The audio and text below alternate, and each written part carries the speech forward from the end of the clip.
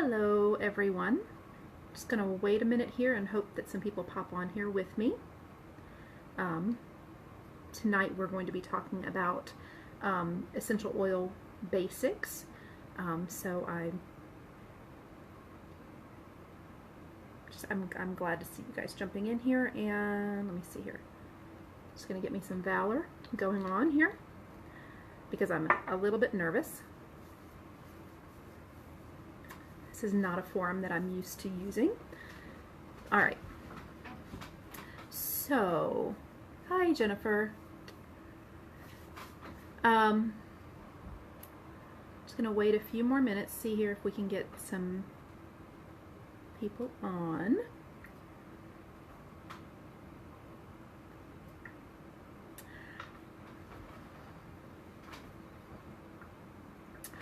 Okay. I'm gonna go ahead and get started with this. And I'm sorry, I'm gonna say a lot because I do. As you jump in, if you'll just say hey. I don't promise to respond immediately because there's always a lag on Facebook between when you put your comment in and when I see it. So if you have questions, just keep that in mind. If it's something that's dynamic to the conversation, I might not see it until a minute later. So kind of be specific in that. But anyway, we'll get started with this. My name is Jennifer Ackerman. I have been using essential oils since February of last year, so almost a year now, getting pretty close. I need to put this pen down because I'm going to click it and that's going to be annoying. I have to have something to do with my hands because, yeah, I get nervous. But anyway, I've been using oils since February of last year, and I didn't know when I got my starter kit just how much it was going to change my life and how much I was going to fall in love with the oils. So just a little bit about me. I am from a small town in North Florida. Moved away about 20 years ago when I left to go to college and have bopped around the Southeast ever since. Landed here in St. Mary's, Ohio about 2 years ago. And yep, that's where I am now. I started using oils last February. I had actually gotten sick at the end of January, and I had a friend reach out to me and tell me, hey, there's some great essential oils here that can really help to support your immune system and help you out with this stuff. So I ordered the kit. Now, I'm just going to tell you, I had gone to the doctor, got the sickness taken care of before my kit ever came. But I was just amazed when I got it how much it helped from that point on. So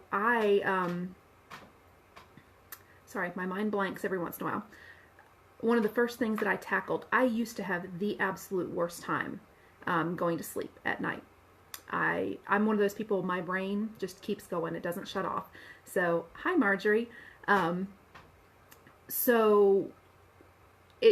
would take forever to fall asleep. Then I would wake up in the middle of the night to go to the bathroom or whatever, and then go through the whole cycle again. By the time I fell asleep again, it was time to get back up in the morning.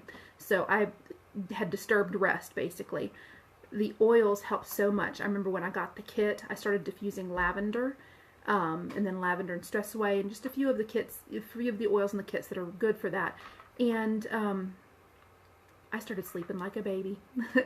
And I've just added to my sleep support collection since then, and like I said, absolutely fell in love with it.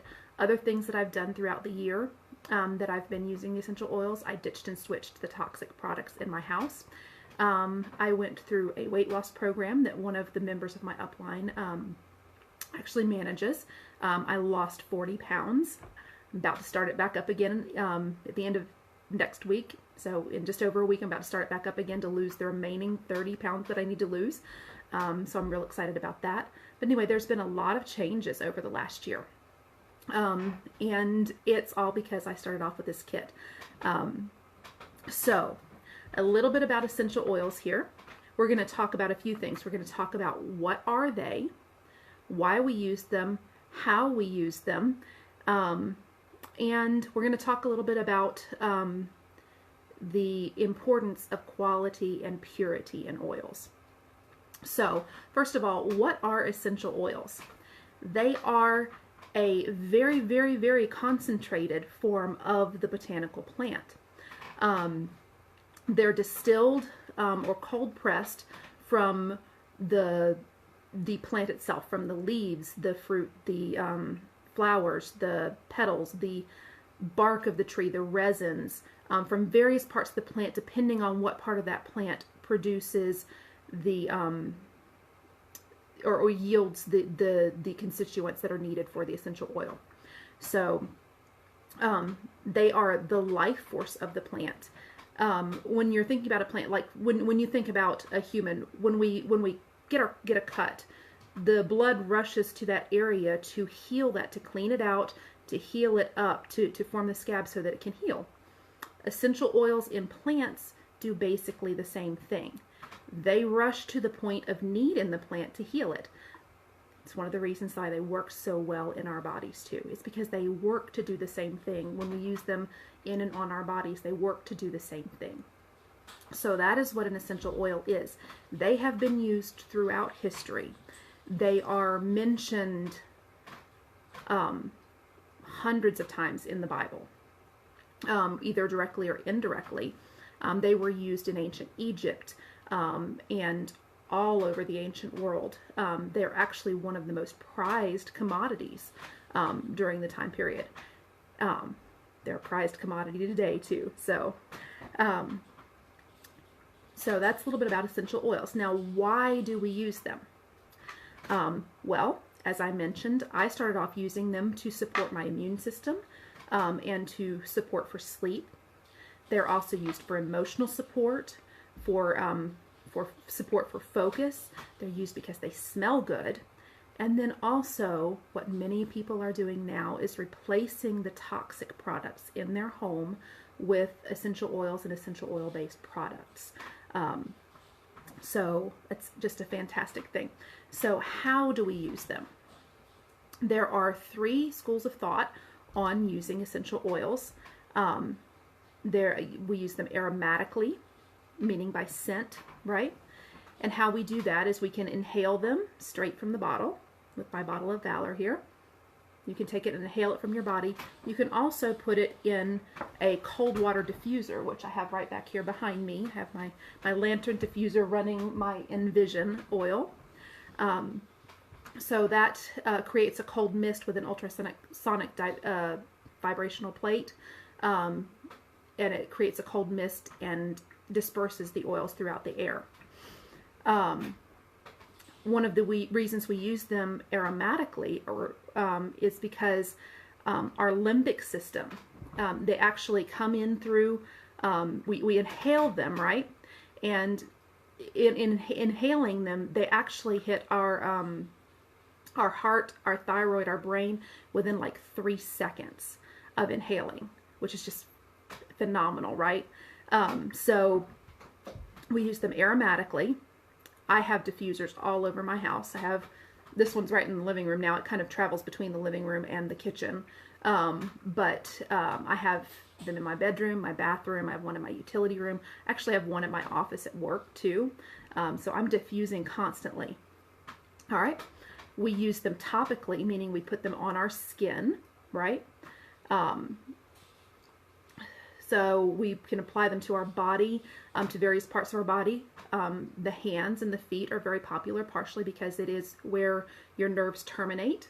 So when the essential oils sink into your skin, the molecules are so tiny that they permeate the skin very, very quickly and get into your bloodstream. But since the hands and the feet are termination points for your nervous system, they actually hit into the nervous system very quickly and travel to the various parts of the body and affect that way, which is just, to me, it's just interesting. I love understanding and knowing those kinds of things. I'm that kind of person. I have a green personality, so I like to know all the things. But anyway, so you can put them on your hands and your feet. You can apply it to the back of your neck, your wrists, your spine, the top of your head. Basically, pretty much anywhere on your body. You do not want to get it in your eyes or in your ears. It will burn. Trust me, if you get it in your eyes. I had some peppermint on my hands one time. Forgot that I had a little bit of peppermint on my hands, rubbed my eye. Ooh, it was not fun. If you do accidentally get some in your eyes, take a Q-tip, put it at the corner of your eye, and it'll help to draw it out. Do not flush your eyes with water because it will drive the oil further in. So if you need to flush your eyes, you flush it with something like rice milk or something like that to help to flush it out without driving it further in. So that's just a little blurb on safety on using them. Now, when you're using them topically, depending on the type of the oil, some oils can be applied neat, meaning they can be applied directly to your skin. And for most people, there should be no issue because it's a very mild oil. Things like lavender can be applied neat in most circumstances. Other oils that are hot oils, meaning that they either have a heating or cooling sensation when they're applied, you may want to use a carrier oil with them. Okay, so now what is a carrier oil? A carrier oil is a fatty plant-based oil. So this is going to be things like olive oil, grapeseed oil, almond oil, coconut oil, jojoba oil. There's so many of them. All right. You want a good quality one, but one of the things that you can do is you can either go ahead and mix some in with your. Don't put it in your bottle here because you don't want to contaminate your bottle here. But you can take a small. Your kit will actually come with dram bottles, little sample bottles. Put a little bit in there, mix it together with that. Or you can get roller bottles and mix some carrier oil with roller bottles. The other thing that you can do is you can put the oil on your skin neat and then apply a carrier oil over it, especially if you start to have any kind of skin reaction, like the heating, the hot sensation like oregano. It's going to feel hot on your skin. So if you put it on there and you felt and it was just not comfortable, you would just smooth some carrier oil over it. Or you can put a little bit of carrier oil on your skin, then put the oil on and rub it in. What that carrier oil does, the carrier oils, for an essential oil, the molecules are so small, they permeate your skin very quickly. A carrier oil, that fatty vegetable oil, has much larger molecules. So for the essential oil to get through into your skin, it slows that process down because it's bouncing through the larger particles of the carrier oil. So it slows that down and can ease that hot sensation or whatever whatever reaction your skin might have if you start having a reaction to any of the oils. So topically, and then the third, sorry, mind blanked, I squirreled a little bit. And then your third method is internal usage. Okay, now this is one, there's a bit of a debate on this, but you have to remember that many of your many flavorings that are used in the food industry, they're actually essential oils as well. So essential oils, the FDA has certain oils that are labeled as GRAS, which is generally regarded as safe for consumption. And Young Living has gone through in their line of oils, and to maintain FDA compliance on this, they have gone through and they have labeled their bottles, their vitality labels. I'm sorry, you can't really see this, and I tried to do this for computer so it would be nice and facing the right direction, but my computer wouldn't let me record in the event. But these are vitality labels, meaning that they're labeled for ingestion. Okay. Now, when you ingest an oil, there are a couple ways to do that, okay? There are these clear vegetable capsules, which you open up and you can put a few drops of essential oil in, a few drops of carrier oil, and you can actually take them internally like a pill. You can also put them in your water, right? Now, some of the oils aren't going to taste great. I'm not gonna lie. Digize is probably one of the most horrible tasting things in the world, but it works. It's nice for stuff for anytime you have any kind of stomach upset, indigestion and things like that. It is wonderful to help support for that kind of stuff. but it tastes nasty. So it's one of those that I would definitely put in a vegetable capsule if I was going to take it internally, just because I tried it one time, not realizing what I was doing, and it tasted like dirt. The rare person out there thinks that it tastes good and smells good. That's one that it's wonderful. The oil is wonderful. It really does work. I actually used it today. I had a little bit of an upset stomach, used it today, and it worked, right? But sometimes they just don't taste good or they don't smell great. And that's okay, because we're not necessarily using them, certain oils, because they smell good. We're using them because they work, right? So when you're using, another little safety thing, when you're using essential oils, like if you're adding them to your water, you do not want to put them in your plastic water bottle.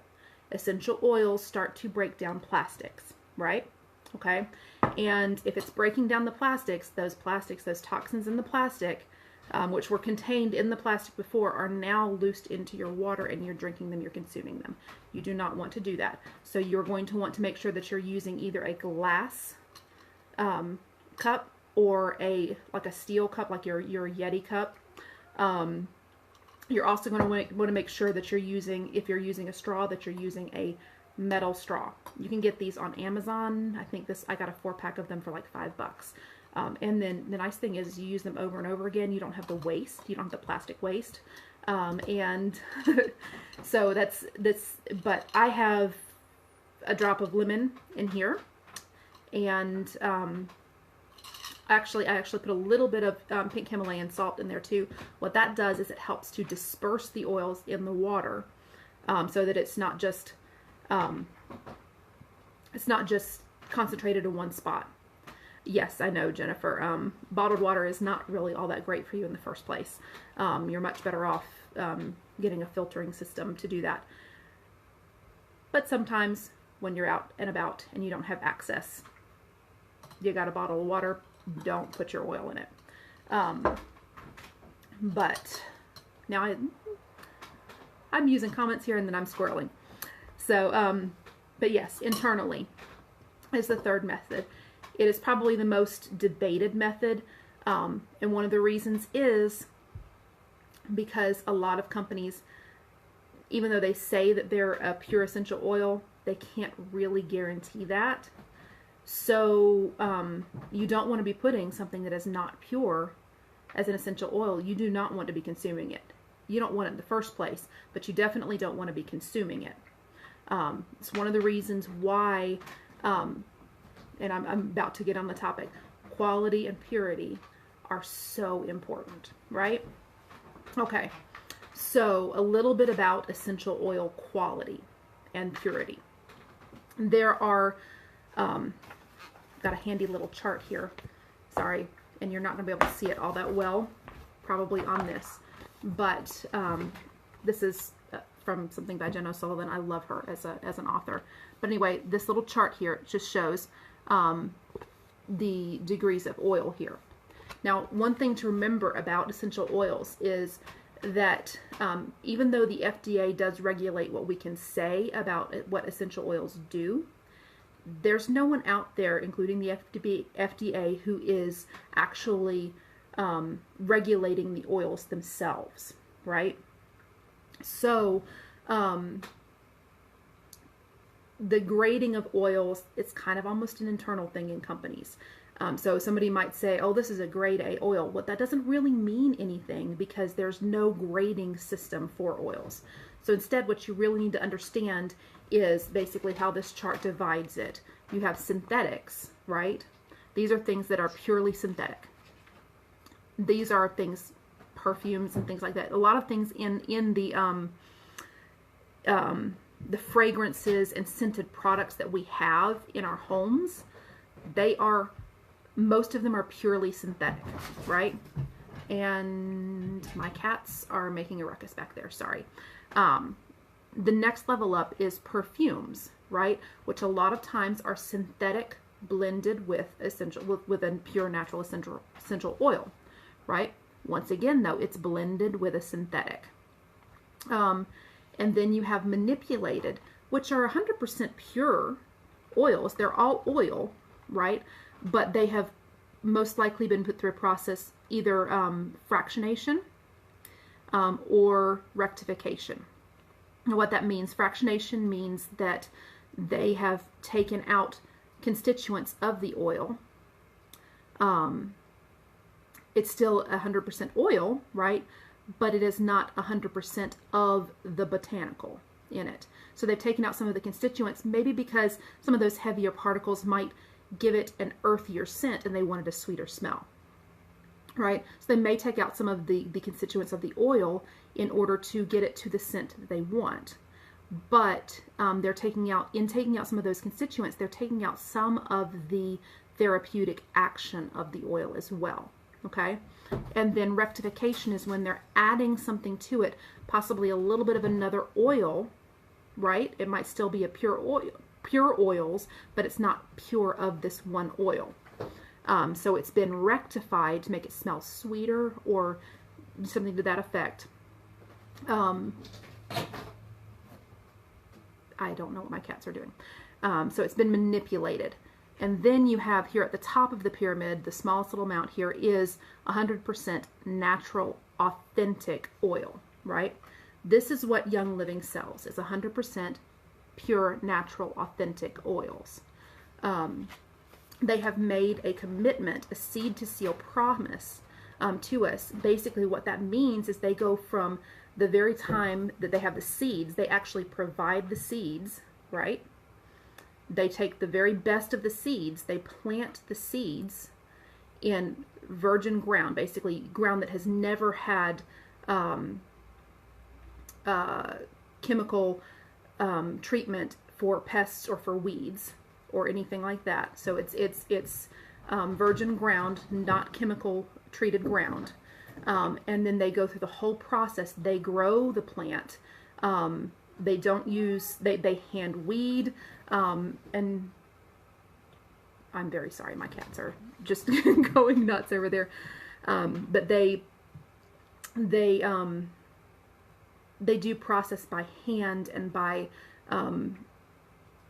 workers doing stuff instead of trying to go mass produce and do, sorry, my mind just blanked. They don't use chemical processing for it.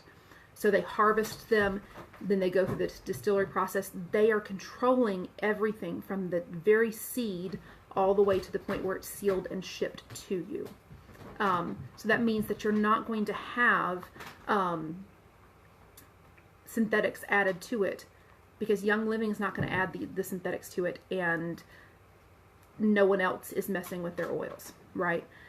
So we use the Young Living farms. They're either owned by Young Living or they're co-op and partner farms who also have to meet the standards for seed to seal practice. Okay, there are very few oils that Young Living sources outside of that, and even those oils go through hundreds of tests. There are, I think, 20 tests that Young Living does, and they do them throughout the process. So each oil bottle that you're going to get has gone through hundreds of tests before it reaches you. What's going to happen, though, with some other oil companies who do not have this kind of control over the whole process is they may be sourcing some of their oils and they may be testing them for purity, right? But they don't have the that process from the seed to the seal, and sometimes things get through. Yes, Jennifer, they're going absolutely nuts. These cats don't usually do this, but now that I'm on the thing, they tipped over their food bowl. They're everywhere. Yeah, they're going crazy. But anyway, there's the quality, the purity, it matters, right? One of the things that you have to understand is if you have a company who is purchasing the oils and then distributing them, they may not have any real guarantee that pesticides and chemical treatments have not been used. Big deal. This is a big deal because the plant, the essential oil is a concentrate, right? It's a very, very, very concentrated part of the plant, right? Well, if the chemicals have been used on that plant and on the ground, those are absorbed into the plant. And now you have those chemicals concentrated in that oil as well. And that's a problem, okay? So you want to make sure that you can trust the quality and the purity of the oil that your company is providing. It's one of the reasons why I chose Young Living, is because they have this seed to seal promise. And you can go to their farms. A lot of places, even if they own their farms, they don't let you go to them. Young Living will actually open up their farms. I'm so excited. I'm going to be going to convention this year in Utah, and I'm going to get to go to the Mona Lavender Farm there in Utah, which is one of the Young Living farms. You get to go to the farm. You get to see the distilling process. You can ask the people who work there questions. So I just think it's fantastic. I'm so excited that I get to do that. And that is the same thing with their farms around the world. So if you go to their farm in Ecuador, you can do the same thing, right? So they have farms around the world because in order to source essential oils, they don't grow naturally everywhere in the world, right? So you have to go sometimes to a place where this will grow and grow well and grow it there. So it's, like I said, it's very important to know that quality and purity, it matters, and you have to know and trust the company that you're using for that. So I have lost track of what my next topic was. We've talked about what they are, why we use them, how we use them. We've covered a little bit about carrier oils, touched on some essential oil basic safety things, and we've talked about quality and purity. The other thing that I was going to talk about then is just toxins in general. And I'm actually going to do a class probably next week or the week after on toxin-free lifestyle, so I'm not going to go too deeply into that today, but just a few statistics to understand the toxins in our environment, right? There are the EPA stated as of a 1980 report that there were 70,000 chemicals that have been introduced to our environment since 1950, and that there are an estimated 3,000 new chemicals introduced every year. Okay? So to date, the EPA has reviewed 36,000 chemicals, which is only a small fraction of those that are actually in use today, which is about 100,000 chemicals in use today. They've only tested about a third of them. If you look at the chemicals found in our personal care products, in our cleaning products, many of those chemicals are toxic and wreak havoc on our bodies. Okay, so they are, let's see here, of the 2,938 chemicals tested, 884 are toxic, 146 can cause tumors, 218 can cause reproductive complications, 778 can cause acute toxicity, 314 can cause biological mutations, and 376 can cause skin and eye irritations. And this is the stuff that we're putting on our bodies every day. So one of the things that I have done throughout this year is I have worked on ditching and switching out the products in my house because I don't want to be putting those toxic things into my body, right?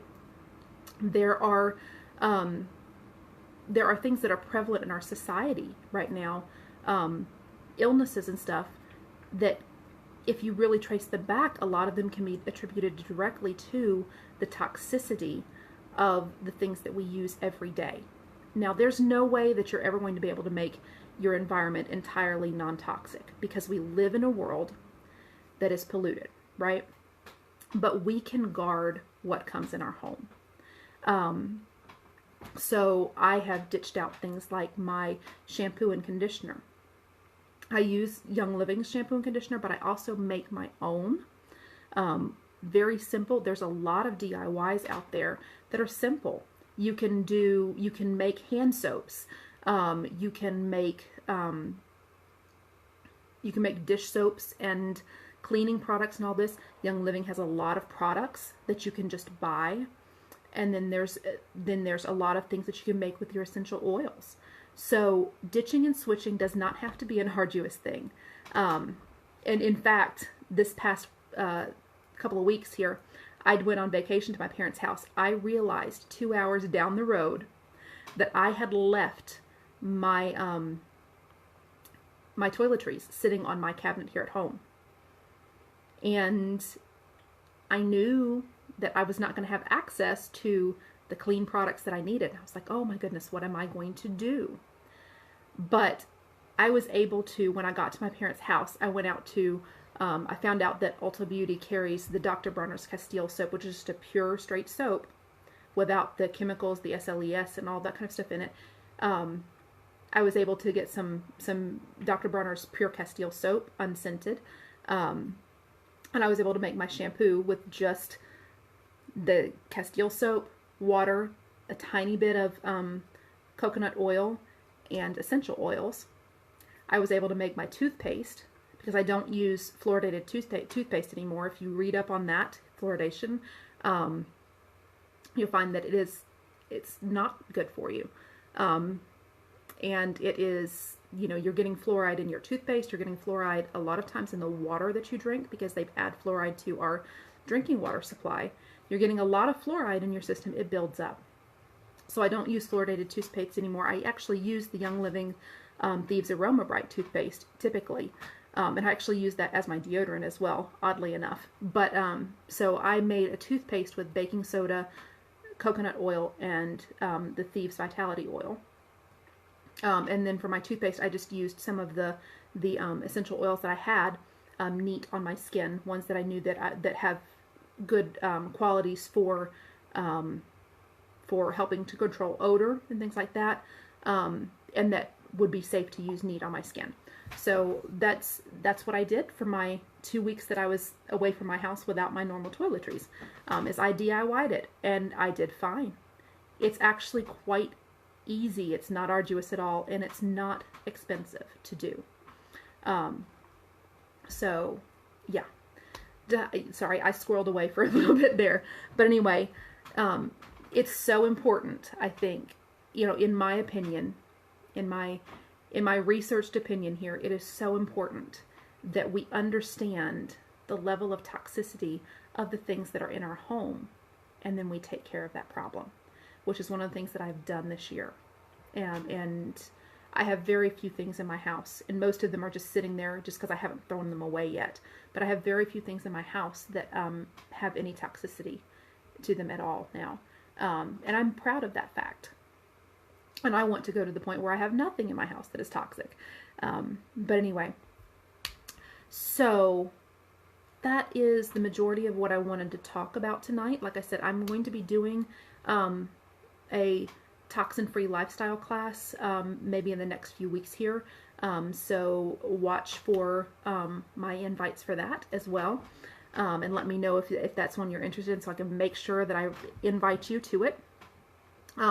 I will be, for those of you who are not Young Living members who might be interested in this, I am going to post my the link to my website that, for the enrollment purposes, in the comments once I'm off the video. If you have been invited by someone, before you follow my link, check with them, because they may have a membership referral link as well. Okay? So I want to make sure that if they invited you, I want to make sure that they get credit for that. Okay? But I would love to hear from you. If you have questions, please post them below. Let me just scroll through and see if there were any questions throughout here or comments to address. I'm not really all that great at watching the comments because I tend to get, as you have seen, a little squirrely whenever it gets me off topic a little bit. But nope, I don't see any questions in here. So if you do have questions, please post them, and I will try to get to them after the class here. If you ask a question that is, we do have to be FDA compliant, so if there's a question asked that is not compliant, I may have to delete that question, but I will try to respond to you personally, not to tell you how to do something that's FDA non-compliant, but to just let you know why that question had to be deleted, and see if we can direct you towards some answers for whatever you may need. Okay, so that being said, I think we're about done here. So thank you, Kelly. This is, once again, this is the first for me doing this type of class like this, and I did get a little off topic in a couple places, so, but thank you so much. I would love to hear from you guys later, and like I said, I'll post my link below. All right, talk to you later.